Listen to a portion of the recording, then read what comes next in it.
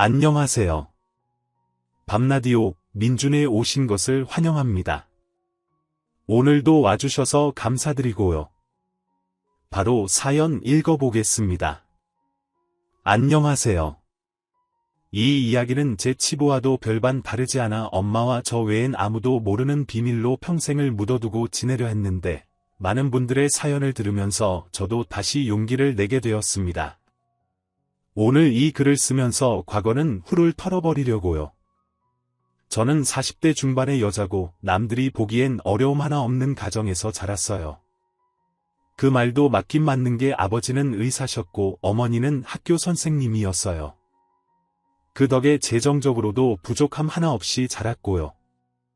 부모님 두 분도 좋은 가정에서 자라서 그런 부분에 대한 장단점을 다 알고 계셨던 눈치였어요. 너무 오냐오냐 키우고 잘해주면 사회에 나가서 뒤처지고 사람들과 어울리는데도 어려움이 있다는 걸 알고 계셨던 분들이라 학교에 들어가면서부터 1,000원 한 장 어떻게 써야 하는지, 계획적으로 공부는 어떻게 해야 하는지 사람들에게 인사하는 예의까지도 놓치지 않고 훈육을 해주셨죠. 소진아, 오늘 용돈 정산하는 날이네. 같이 볼까? 사소한 일이었지만 엄마는 항상 그런 부분에 대해 꼼꼼하게 저를 알려주셨어요.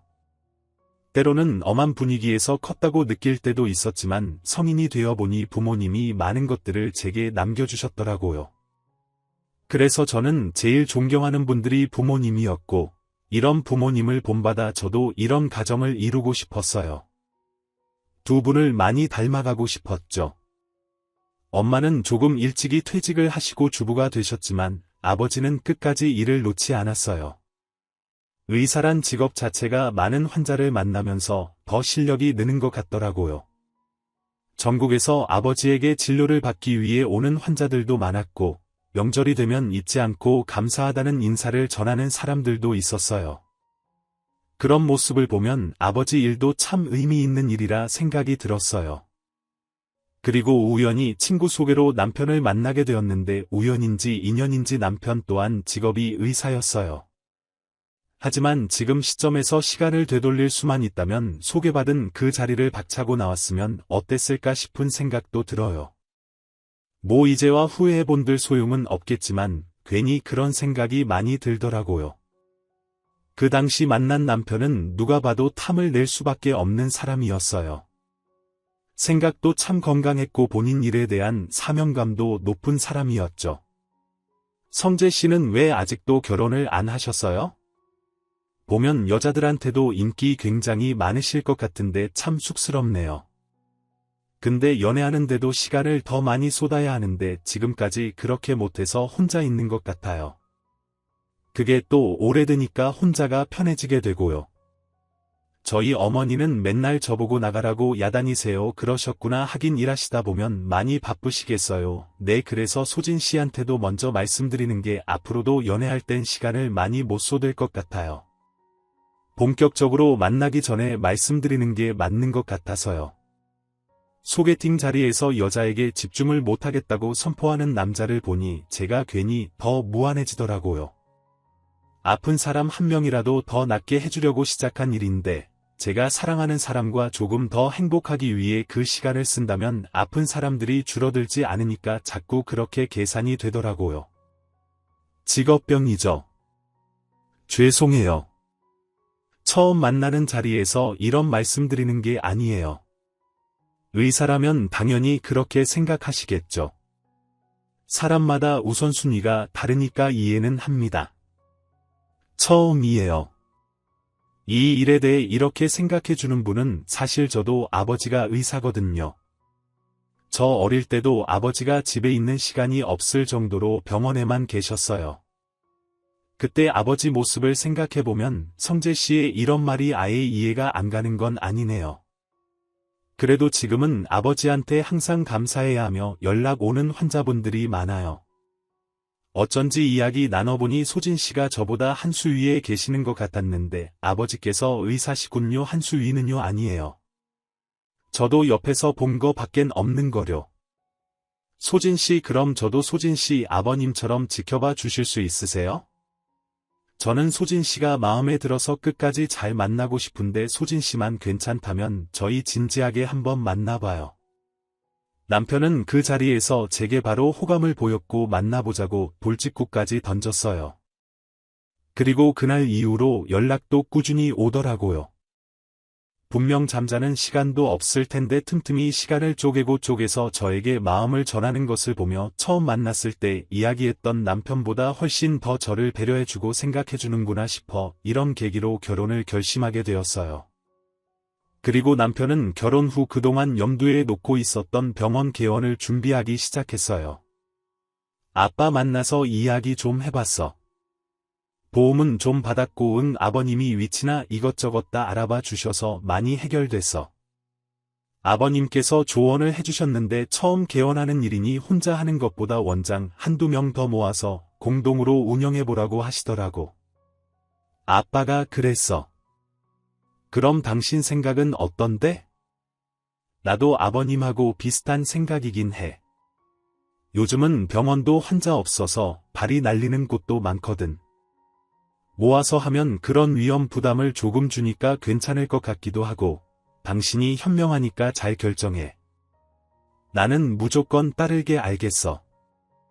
근데 괜히 아버님 신세 지는 것 같기도 하고 좀 죄송하네. 오늘도 나랑 진료가 같은 아버님 아시는 의사 만나서 조언도 듣고, 운영하는 법도 듣고 그랬거든. 남편 주위에선 의사 장인을 만나 그 뒤를 이어 편하게 개원하겠다고 무슨 복을 타고났냐며 부럽다고 이야기를 했지만 솔직히 남편 입장에선 그게 좀 압박이 되는 일인 것 같더라고요. 거기에 제 주변 사람들도 그런 얘기를 하니 더 압박이 되는 듯 싶었죠.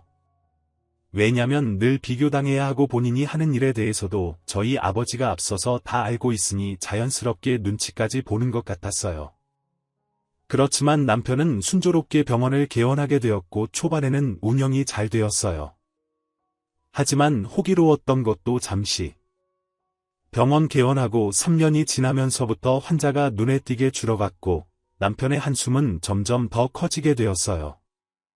아이고 당신 또 안 자. 왜 자꾸 새벽에 일어나 잠이 안 오는 거야? 내가 우유라도 좀 따뜻하게 데워줄까? 아니야. 괜찮아. 그냥 한 달 가는 게 너무 무서워서. 왜 그래? 그 정도로 병원이 많이 힘들어. 혼자만 그러지 말고 그냥 다 얘기해봐. 당신 힘든 거 나도 알고는 있어야지. 그래야 방법이라도 같이 찾아보지. 사실 곧 병원 문 닫아야 할 것 같아.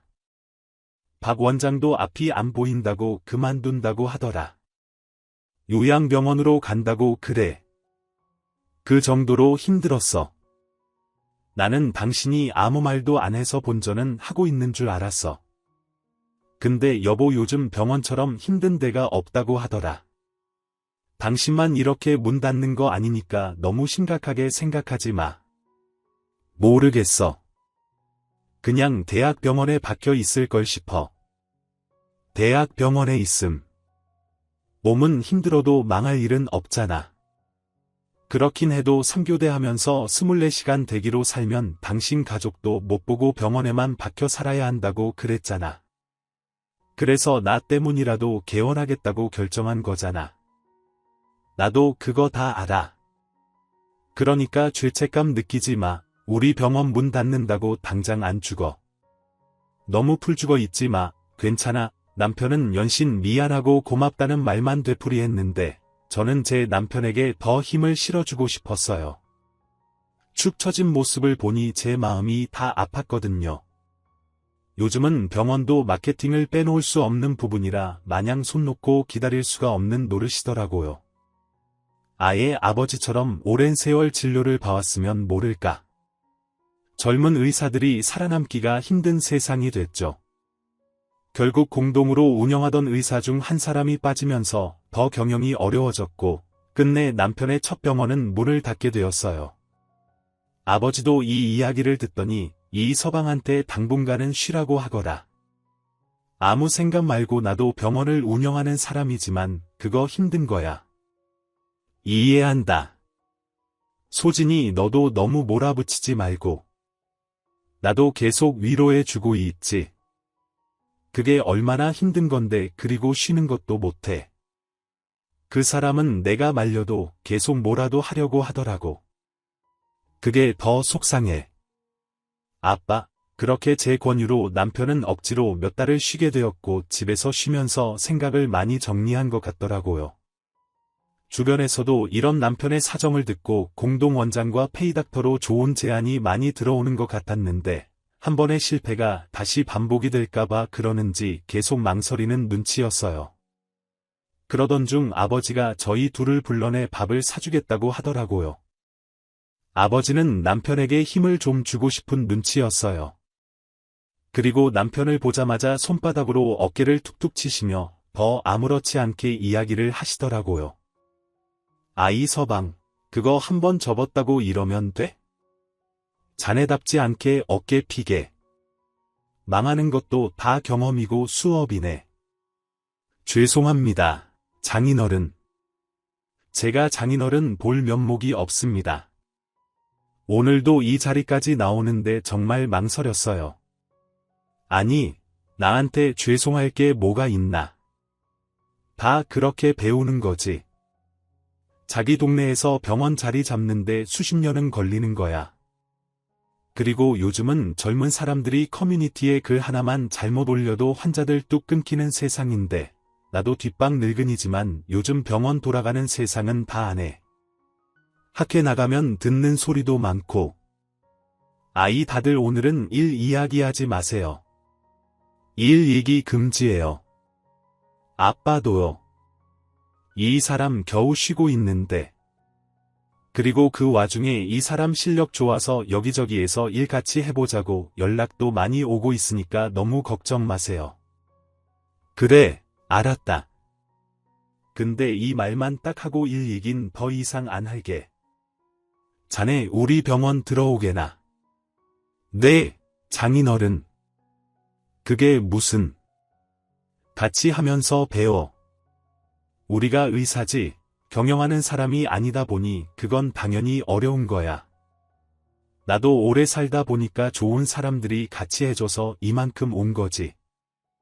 혼자였으면 절대 못했어. 그러니까 와서 해봐. 해보면 늘어. 장인어른, 저는 너무 감사한 제안이지만 괜히 제가 장인어른이랑 같이 일을 하다가 혹여나 실수라도 하고 잘못됐다간 사이라도 틀어질까 봐 걱정이 돼서요. 정말, 아빠. 그럼 우리야 너무 감사하죠.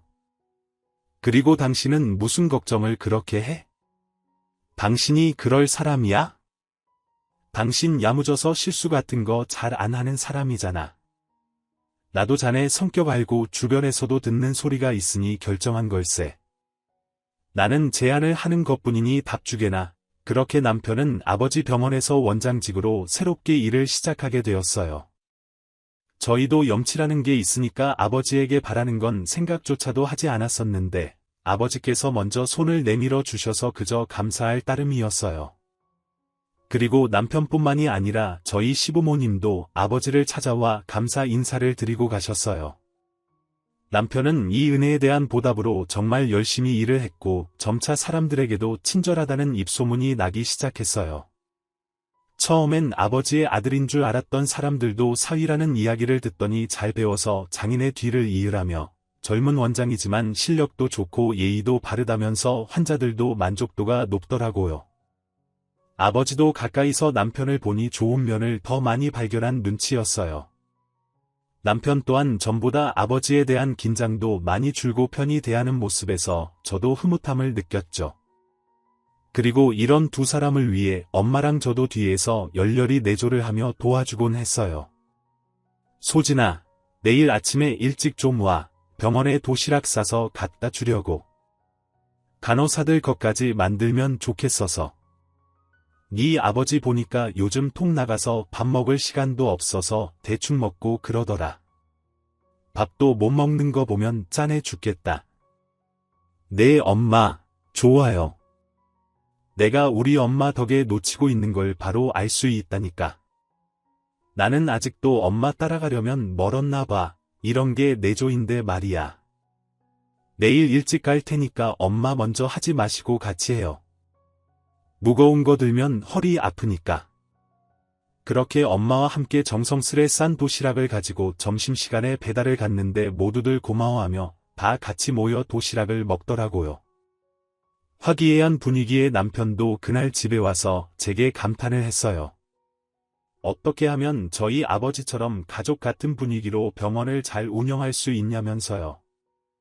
하긴 저희 아버지 병원은 다른 병원들과는 다르게 개업하면서부터 일했던 간호조무사분도 계시고 직원들도 계시며 다들 아버지 병원에서 일을 시작하면 집에 일이 생겨 그만두지 않는 한 대부분 6에서 7년은 기본적으로 일을 하셨거든요. 그러니 남편도 그런 모습을 보며 이렇게 되기까지 얼마나 많은 것이 필요한지 깨닫는 것 같았어요. 그리고 아버지와 함께 병원에서 일을 한 지 5년 차 되었을 때 아버지가 먼저 저희 남편에게 위임 계약서를 내미시더라고요. 만약 아버지에게 무슨 일이 생기더라도 병원은 남편에게 맡긴다는 계약서였죠. 남편도 그 계약서를 받아들곤 한 일주일을 넘게 고민을 했고 한숨을 이리저리 내쉬며 결정을 못 하더라고요. 그게 그렇게 고민이 돼. 다른 사람들 같으면 좋다고 계약할 텐데 당신은 가만 보면 욕심이 없는 건지 조심스러운 건지 잘 모르겠어. 뭐가 그렇게 또 걱정인데. 위임이라는 말 자체가 얼마나 무거운 일인지 알아? 장인어른이 나를 신뢰해서 사무 처리를 위탁한다는 말인데 혹여나 내가 병원을 잘못 운영하면 장인어른한테도 굉장히 큰 타격이고 나한테도 상당한 의무가 지어지는 거야.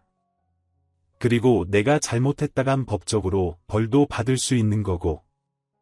당신은 너무 얕게만 보는데 이게 결코 호락호락한 게 아니라고. 결국 부담이 된다는 남편은 아버지의 뜻을 따르지 않았고 위임 계약도 없던 일로 하였어요. 아버지 또한 남편의 입장을 충분히 이해한다고 하였고 한동안 자기 자리에서 각자 할 수 있는 것들을 열심히 하면서 잘 지냈어요. 그렇게 평화로운 날들이 지속되던 중 저는 엄마로부터 생각지도 못한 연락을 받게 되었고 그 연락에 하늘이 무너지는 줄 알았어요. 소진아, 지금 당장 병원으로 와야 될 것 같다. 지금 네 아버지 중환자실에 실려왔다. 이거 어떡하면 좋니? 뭐라고? 엄마, 그게 무슨 소리야? 아니, 왜 아빠가 왜 집에 오다가 반대편에서 중앙선 넘은 차량이랑 정면으로 충돌을 했다는데 자아 비 형태도 못 알아볼 정도로 찌그러지고 아버지는 의식도 없다고 해. 얼른 이 서방이랑 같이 와. 엄마도 이러다가 쓰러질 것 같다. 그 이야기를 듣자마자 그냥 추리닝 바람으로 바로 병원에 달려갔어요. 가는 내내도 정말 혼란스러웠던 게 어제까지만 해도 남편과 함께 흰 가운을 입고 서 있던 아버지가 환자를 돌보던 아버지가 수술복을 입고 침대에 누워있다니 믿기지가 않을 정도였고 병원에 도착해 그 모습을 보는데도 믿을 수가 없었죠. 그리고 아직 퇴근 전인 남편에게 이 상황을 전하고 빨리 병원으로 오라고 하였어요. 여보, 어떻게 큰일 났어? 아빠가 지금 중환자실에 계셔. 당신 빨리 여기 병원으로 와야 될 것 같아. 뭐라고? 장인어른이 왜 어쩌다가 집 가는 길에 상대방 차랑 부딪혀서 크게 사고가 났대. 아이, 대체 운전을 어떻게 하셨길래 사고가 나? 지금 그걸 따질 때야. 당신 언제 올 수 있어? 지금이라도 빨리 와. 엄마도 나도 아무것도 못하고 있단 말이야. 나 일 좀 남았는데 뭐 어느 정도길래 그래? 병원에선 뭐래? 심각한 거래. 그 대학병원 갔으면 너무 걱정 말고 있어봐. 그 병원 실력 좋잖아. 일단 환자 들어온다 끊어. 마치 감기에 걸려서 병원에 있다는 투로 대답을 하는 남편을 보니 순간 별 생각이 다 들더라고요. 본인이 의사라서 남 아픈 이야기에 무감각한 건지 저는 떨려서 제대로 말도 못하고 있는데 태연하게 구는 남편의 태도를 보니 너무 화가 나더라고요. 무슨 소시오패스인 줄 알았어요. 끊긴 뭘 끊어. 지금 중환자실이라고. 아빠가 산소호흡기 달고 중환자실에 계시다고. 그럼 심각하다는 뜻 아니야? 당신은 무슨 아빠가 감기 걸린 것처럼 말을 해. 경과 보고 응급으로 수술까지 해야 된다고 하는데 여보, 이럴 때일수록 흥분하면 안 돼. 아, 누구는 대학병원에서 중환자실로 입원하는 사람 못 봤는지 알아? 그게 가족이 많이 간다고 해서 낫는 상황도 아니잖아. 일단 현실을 봐야지. 서로 할 일은 마무리 지어야 될 거 아니야. 장인어른 그렇게 되시면 병원은 내가 돌봐야지. 그럼 나도 일이 몇 배로 든다고. 나도 피곤하게 생겼어. 뭐라고? 당신 지금 이 상황이 분간이 안 돼. 그게 지금 할 소리야. 사람 목숨보다 그깟 돈이 더 중요해. 상황 알려줘. 내가 며칠이나 혼자서 환자 봐야 하는지. 그렇게 남편과 말다툼을 하는 동안에 아버지는 응급수술을 받으러 들어가셨고 일주일 넘게 중환자실에 계셨어요. 그런데도 남편은 혼자 병원을 맡는다는 핑계로 끝까지 코빼기도 비추질 않더라고요. 그럴수록 남편과 저는 감정이 격해지기 시작했고 남편은 날이 갈수록 뻔뻔해지기 시작하며 말도 안 되는 소리까지 했어요. 장인어른 저렇게 된 마당에 이제 병원 운영은 내가 전부 다 맡아서 해야 될 것 같아. 저번에 장인어른이 무슨 일 생기면 나한테 다 위임한다고 하셨잖아. 그게 무슨 소리야? 당신 자신 없다고 해서 없는 걸로 됐잖아. 아빠 저렇게 되시니까 이제야 병원이 탐나. 법적 근거 없으니까 병원 함부로 좌지우지하지 마. 당신이 모르는 사실이 하나 있는데 장인어른 이렇게 되시기 전에 나한테 또 위임 얘기하셔서 내가 그냥 알겠다고 했었어.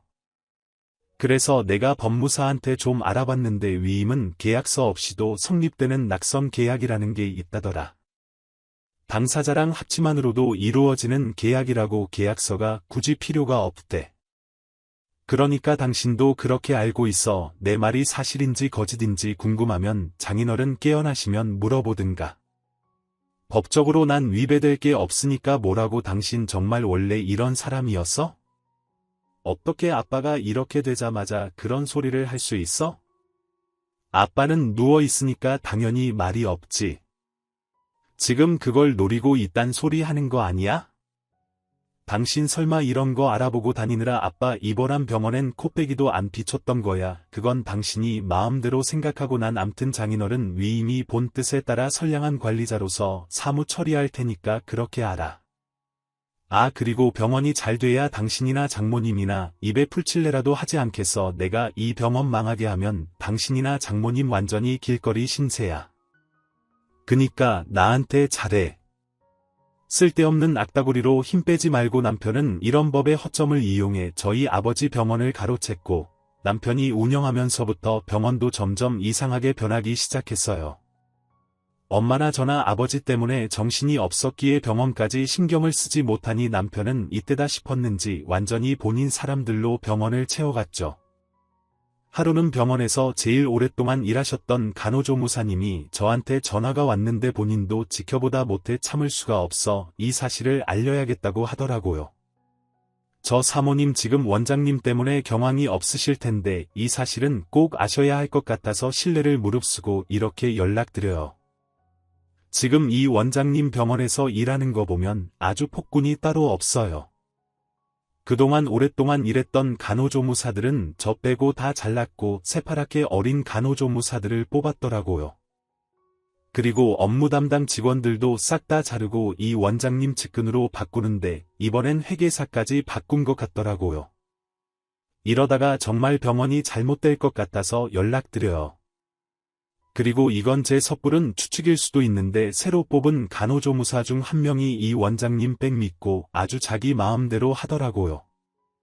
두 사람 사이에 뭔가 있는 것 같기도 하고 알고는 계셔야 할 것 같아서요. 사모님이나 큰 사모님도 지금 말이 아닐 텐데 제가 괜한 이야기 드린 거 아닌가 싶어요. 아니에요. 선생님처럼 저희 아버지 병원 생각해 주시는 분도 안 계시는데 제가 아버지 상태 좀 괜찮아지시면 바로 조치 취하도록 하겠습니다. 그리고 혹시나 또 이상한 점이 보이면 저한테 바로 연락해 주세요. 선생님 고맙습니다. 아니나 다를까 아버지가 이렇게 되자마자 위임 얘기를 들먹이며 병원이 자기게 된 것처럼 하더니 역시나 남편 놈은 뒤에서 허튼 수작을 꾸미고 있었더라고요. 그래서 저도 남편 모르게 법률 전문가를 찾아가 이 일에 대해 물었고 그 어린 간호조무사와의 관계도 알아내기 위해 준비를 하고 있었는데 그러던 중 아버지가 돌아가셨다는 소식을 듣게 되었어요. 4달 넘게 중환자실에서 버티고 버티다 돌아가시게 된 거였죠. 그 소리에 저나 엄마는 그동안 정신력으로 붙잡고 있던 끈을 놓쳐버렸고 완전히 넋이 나가 장례 준비도 친척들의 도움으로 가까스럽게 하게 되었어요. 근데 남편이란 놈은 자기 장인이 돌아가셨는데도 상주로 있을 생각은커녕 병원 문 닫는 게 경제적으로 얼마나 큰 손실이 가는 줄 아냐며 퇴근하고 가겠다는 개소리를 하고 있는데 정말 쌍욕이 튀어나와 남편에게 욕이란 욕은 다 했어요.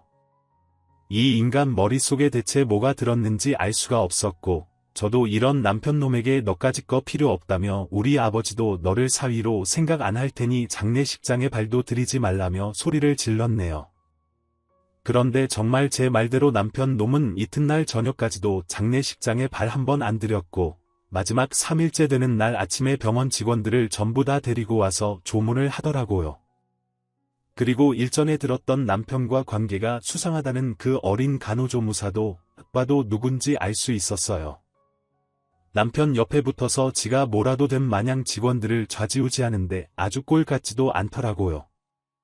저는 그런 남편에게 왜 왔냐고 했어요. 그러니 장인어른이라는 말이 아닌 우리 병원을 개원한 병원장이 돌아가셨는데 당연히 직원들을 데리고 오는 게 맞는 거 아니냐며 직원들 앞에서 저보고 예의를 지키라는 겁니다. 그러니 그 상관녀가 마치 저보고 들으라는 듯 피식거리며 원장님 말씀 다 잘 들었죠. 다들 무식하게 행동하지 말고 예의를 지키세요. 원장님 먼저 절하시면 저희도 할게요. 고마워요. 최 선생님 하고 웃는데 이 두 인간들의 태도가 저희 아버지 그리고 저희 가족들을 농락하는 것처럼 보였어요. 저는 겨우겨우 참고 아버지를 보내드린 뒤 상복을 벗자마자 이것들 머리채라도 다 뜯어버리려고 병원으로 돌진을 했어요. 병원에 가니 남편놈은 자기 방에서 골프 연습을 하고 있더라고요. 당신 미쳐서 아빠 돌아가셨는데 말이 돼. 이 상황이 조일 표하고 왔잖아. 그리고 당신이 나보고 먼저 오지 말라고 했잖아. 내가 일 끝내놓고 간다고 했어. 안 했어. 나는 각자 할 일을 한 것뿐이야. 아 나도 당황스럽다고 그런 인간이 골프 연습하고 우리 아빠 장례식장에 상간녀를 데리고 와. 그게 무슨 말이야? 지금 상간녀라니 아 대체 뭔 소리를 듣고 이러고 있는 거냐고. 그리고 나도 장인어른 돌아가신 거. 충격이 상당히 커서 그동안 진정하고 있었다고. 그런 사람이 아빠 입원하셨을 때 병원을 한번 안 와봐. 그리고 뭐 진정 당신이 하는 짓 지금 아빠 돌아가시기만을 기다린 사람 같아. 그래 멋대로 생각해라. 그리고 솔직히 말해서 장인어른 그 정도 사셨으면 살 만큼 충분히 살다 가셨지 뭐. 그 말을 듣는데 저는 눈이 뒤집혀 골프채로 방 안을 휘둘렀고 기물 몇 개가 깨지는데도 멈추질 못하겠더군요. 다 깨라 다 깨. 이것도 네 아버지 돈이야. 그리고 편하게 병원하면서 대충 진료보다가 살았으면 잘 가셨지 얼마나 더 누리려고 사위까지 노예처럼 부려먹으면서 말이야. 너 같은 쓰레기를 남편이라고 원장까지 시켜주면서 내가 미쳤어. 미쳤지 보니깐 오늘 오기만을 기다렸네. 내가 너 가만히 안 둘 거야. 네가 아빠 입원해 계시는 동안 무슨 수를 써놓은 모양인데 그거 내가 다 밝힐 거라고. 방 안에서 큰 소리가 나자 남편의 상강녀로 축직되는 그 간호조무사는 다짜고짜 들어와 저를 제지하더니 이내 아가라고 밀치기까지 하더라고요. 어린 게 겁도 없이 내 아버지 병원에서 나가라고 하는데 저도 눈이 뒤집혀 참다 못해 그녀의 머리끄댕이를 잡았고 남편놈은 저를 떼어내며 지금 뭐하는 짓이냐고 고함을 쳤어요. 마치 다른 사람이 와서 남편 팔을 쓰고 있는 것 같은 느낌이 들 정도였죠. 그날 콧노래를 부르면서 골프채를 잡고 있던 남편 눈과 그 상간녀의 얼굴이 평생 가도 씻을 수 없는 상처로 남았어요. 남편은 아버지 장례를 치른 뒤부터 본인이 본격적으로 모든 걸 주무르기 시작했어요. 저도 발빠르게 변호사를 찾아다니며 알아보았는데 이미 모든 걸 다 자기 명의로 바꿔놓은 남편의 짓에 그냥 당할 수밖에 없었어요. 변호사는 이렇게 된 거 불륜의 증거라도 잡아야 된다고 알려주더라고요. 그런데 저도 사람인지라 정신적 충격에 아무것도 알 수가 없었고 바보 같다 하시겠지만 너무 지쳐서 쌓을 의욕조차 없었어요. 남편과 얼마나 더러운 끝을 봐야 돌려받을 수 있는지 가보지 않아도 알겠더라고요.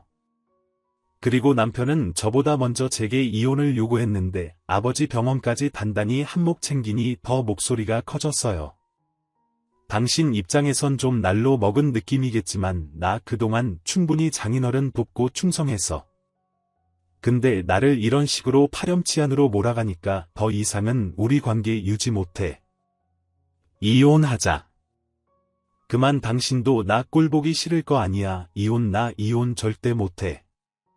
아니 안 해. 네가 우리 아빠 병원을 날로 먹어놓고 내가 가만히 이혼까지 할 줄 알아. 참네. 그 병원이 뭐 그리 대단하다고 이 집안에서 장인어른을 대단하게 생각하는 모양인데 그냥 평온하나 하던 늙은이일 뿐이야. 당신도 그 환상 이제 깨고 살아. 저는 끝까지 아버지와 우리 가정을 비아냥대는 남편 눈을 보면서 저놈을 그냥 저렇게 둘 순 없겠다는 다짐을 했고 최대한 이혼을 미뤘어요. 이혼 얘기까지 나오니 정신이 아주 제대로 들더라고요. 그래서 아버지와 함께 오랫동안 일했던 간호조무사님께 연락을 해 부탁을 드렸어요. 선생님 제가 이혼을 하게 됐는데 이 원장하고 그 어린 간호조무사 둘 관계를 입증할 증거가 필요해요. 그런데 선생님이 좀 도와주실 수 있으세요? 사모님 그러며. 당연히 도와드려야죠. 가뜩이나 요즘 이 원장님 그 간호조무사랑 진료실에서 대체 뭘 하는지 자기네들끼리 재미 보느라 진료도 점점 대충 보고 환자들도 줄어서 제가 증거는 잘 잡을 수 있을 것 같아요. 이 원장님 그나마 제가 이 병원에서 실무를 제일 잘 알고 환자들도 잘 대하니 저는 자르지 않은 것 같은데 제가 확실하게 증거 잡아드릴게요. 그리고 얼마 뒤 저는 아버지와 같은 의사 모임에서 친하게 지낸 친구분들에게도 도움을 청해보았어요. 그러니 몇몇 분들이 저와 엄마를 찾아와 도와주겠다고 하더라고요. 그중 한 분은 아버지 앞으로 나온 보험금이며 그간 아버지가 모아놓은 돈 일부를 다시 병원에 투자하라고 하셨어요. 그분의 말을 들어보니 이번에 뜻이 맞는 의사 아저씨들끼리 13층짜리 병원을 설립하게 되었다며 거기에 저희 두 모녀도 투자를 해 남편 놈을 상대할 수 있을 정도로 힘을 키우라고 하더라고요. 그분은 저희 아버지를 기리며 아버지 또한 하늘에서 그렇게 하길 바랄 거라고 하셨어요. 하지만 엄마는 걱정이 되셨는지 저희는 병원 일을 전혀 몰라서 걱정스럽기도 하네요. 사모님 그건 우리에게 맡기세요. 확실한 사업이니 걱정하실 거 없으시고 제가 투자 계획서도 가져와 설명해 드릴게요. 죽은 사람이 남겨놓은 돈으로 의미 있는 곳에 쓰셔야죠. 피도 안 섞인 사위가 먹칠하고 있는데 제자리로 돌려놓아야죠. 다 그럼 박 원장님 말씀만 믿고 따르겠습니다. 저랑 우리 딸이 바라는 건 남편의 명예회복이에요. 환자들이 더는 제 사위하고 연관짓지 않았으면 좋겠어요. 당연하죠. 우리도 그 뜻으로 최선을 다할 겁니다.